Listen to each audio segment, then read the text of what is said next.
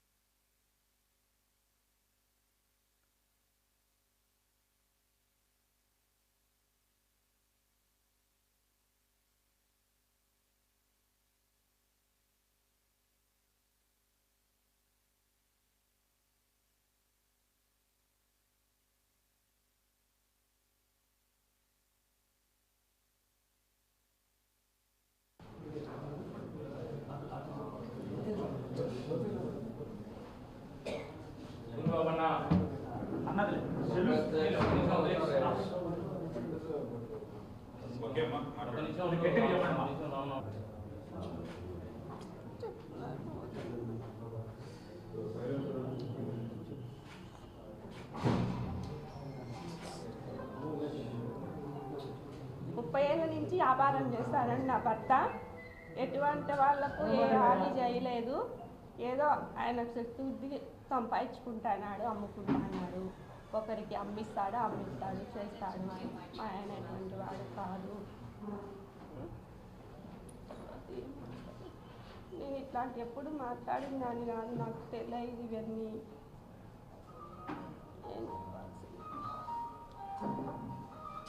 మా ఆయనకు వ్యాపారాలలో ఏ గొడవలు లేవు.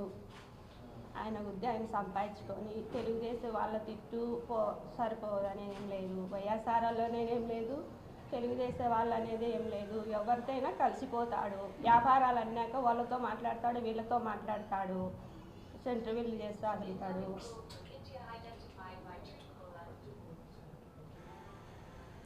ఇది ఎందువల్ల జరిగిందో మాకు కూడా తెలియదు. కానీ మా ఆయనకు న్యాయం చేయాలా. ఎవరి వల్ల జరిగింది ఇది మీరు తెలుసుకొని మా ఆయనకు న్యాయం చేయాలా.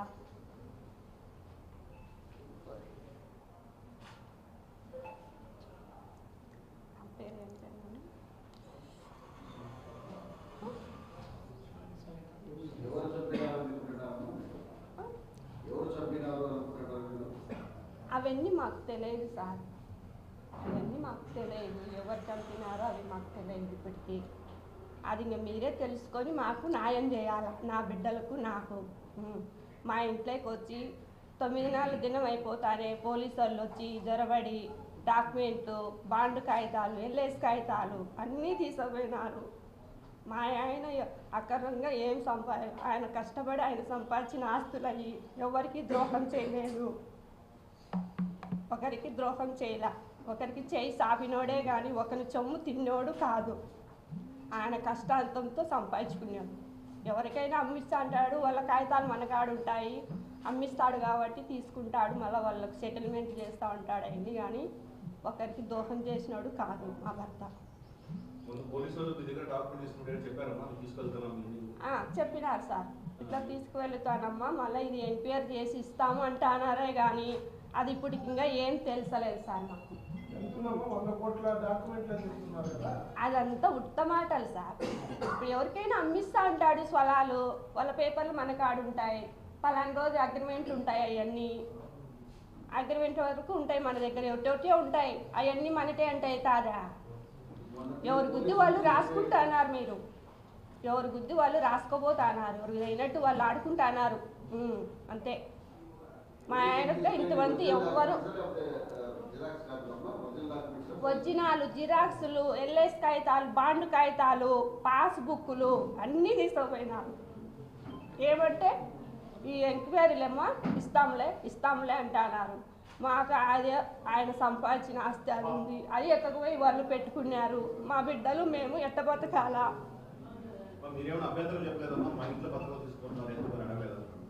వాళ్ళు అడగనీలా, మీరు బయట కూర్చోండి, మాకు ఇట్లా చేయమని వచ్చింది, మేము చేయాలా, మా రూలు, మీరు బయట కూర్చోాలని మమ్మల్ని అందరినీ బయట కూర్చోబెట్టినారు సార్.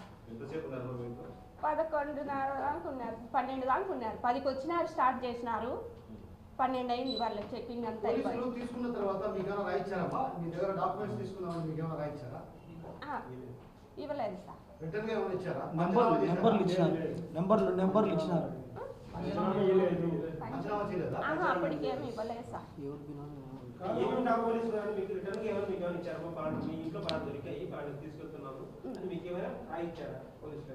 ఊరికే డాక్యుమెంట్ నెంబర్లు అవన్నీ పేపర్లో నెంబర్లన్నీ రాసుకున్నారు. డాక్యుమెంట్ టీ, పాస్బుక్ టీ, ఎల్ఐసి టీ, బాండ్ కాగితాలు ఉడక తీసుకుపోతారు. బాండ్ కాగితాలు ఉడక ఈ నెంబర్లని ఇచ్చినారు. డిఎస్పీ వచ్చారు, ఎస్పీలు అందరూ వచ్చారు. ఎస్పీ రాలేదేమో, డిఎస్పీ గారు, సిఐ గారు వచ్చినారు. 2 లేడీస్ కానిస్టేబుల్గా వచ్చినారు. మమ్మల్ని అందరినీ బయటికి పొమ్మన్నారు, బయట కూర్చోబెట్టినారు. వాళ్ళ ఇంట్లోకి పోయి వాళ్ళు సోదాలు చేసుకొని అన్నీ తీసుకున్నారు. మీరేం భయపడొద్దుమా, మేము ఇస్తాంలే అంటున్నారు. రోజు తిప్పుకుంటా అన్నారు, కానీ ఈ బుద్ధుడికి ఇలా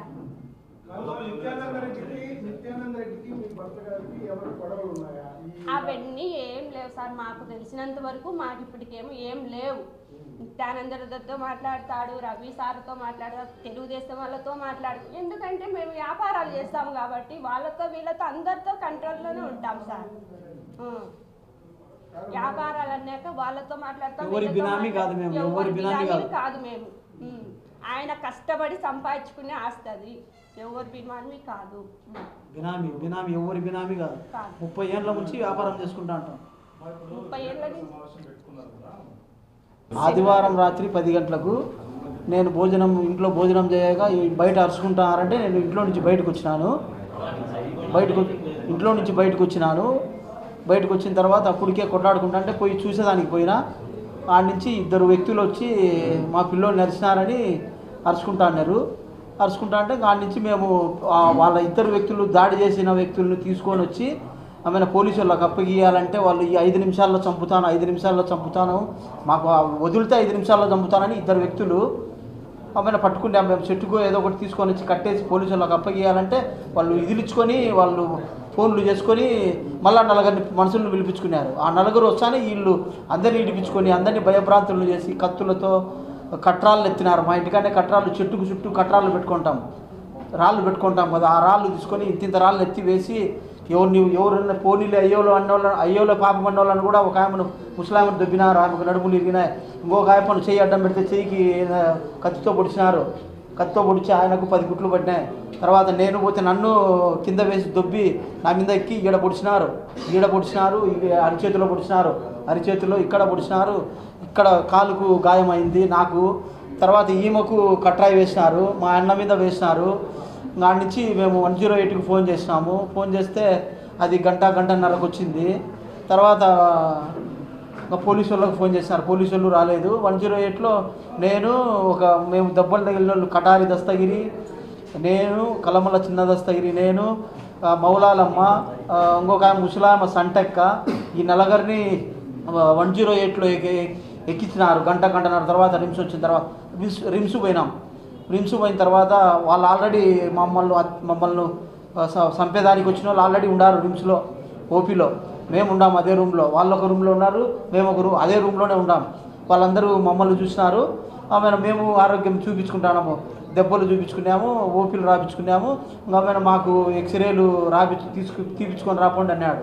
అందరికీ ఎక్స్రేలు తీపించినాడు. మా అన్న తీపించింది, తీపించినాడు ముందు అందరికీ చూపించిన తర్వాత ఓపీలో నుంచి బయటికి ఒక 500 అడుగులు నడిచి వచ్చానే చెట్ల పొదల్లో నుంచి వచ్చి సడన్గా వచ్చి కత్తులతో ఒక నిమిషంలోనే కత్తులతో పొడిచినారు.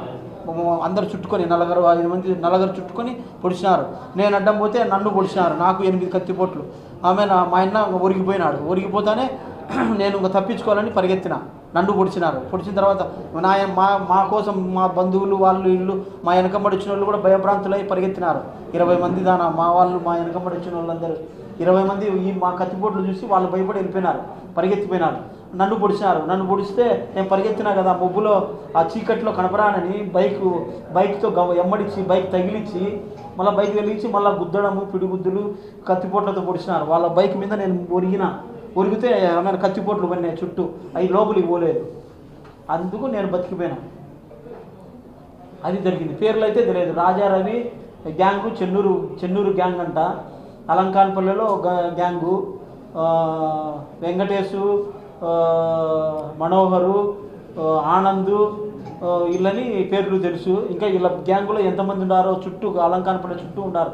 చెన్నూరులో నుంచి వచ్చి అలంకాన్పల్లె షెడ్యూల్ అయ్యి వీళ్ళు ఆ బుద్ధుడికే 4 గలాటలు చేసినారు. మాది 4వ గలాట. ముందు ఒకరిని కొట్టినారు గంగమ్మ జాతరలో, అతనికి కుట్లు పడినాయి. వాళ్ళు మళ్ళీ కేసు పెడితే కొడతామంటే వాళ్ళు భయపడి కేసు పెట్టలేదు. మా మనుషులను కూడా భయపడిచ్చినారు. ఆ బుద్ధి నైట్ ఇంటికి వచ్చింటే మీరు ఏమన్నా కేసు గీసి పెడితే కన్నా మళ్ళీ మిమ్మల్ని కూడా చంపుతామని మా వాళ్ళతో భయపడిచ్చినారు. వాళ్ళు భయపడి మాకు వచ్చి చెప్పుకున్నారు. ఇట్లా మళ్ళీ భయపడిస్తున్నారు, మేము సాక్ష్యం చెప్తే మమ్మల్ని చంపుతారని. ఇంకొక పిల్లోడు సిద్ధయ్య అనే పిల్లోడు, మాకు ఈడ కత్తితో పొడిచి గాయాలు చేసిన పిల్లోడు సంతకం పెట్టమని పరారై ఇంకా వాళ్ళ ఊరికి వెళ్ళిపోయినాడు. మైదుకూరు కాడ పల్లెకి వెళ్ళిపోయినాడు. ఈ ముద్దుకూరు రాలే వాళ్ళ ఏటుకు భయపడి. అది జరిగింది. కత్తులతో పొడిచినారు. ఇంకా మా అన్నను మళ్ళీ మేము పరిగెత్తినా కదా, నేను మళ్ళీ వెనక్కి వచ్చి ఎతుకులాడుకునే తల్లికి 10 నిమిషాలు టైం పట్టింది. ఎవరు అంబులెన్స్ని పిలిచినా రాలే. ఎవరు రాలే. మేము అందరం 4 కలిసి పట్టుకొని పోయి కాళ్ళు ఒకరు చేతులు ఒకరు 4 ఎత్తుకొని పోయి ఆడ నిమిషంలో తల్లికి చనిపోయినాడు. అది ఆడ రియల్ జరిగింది.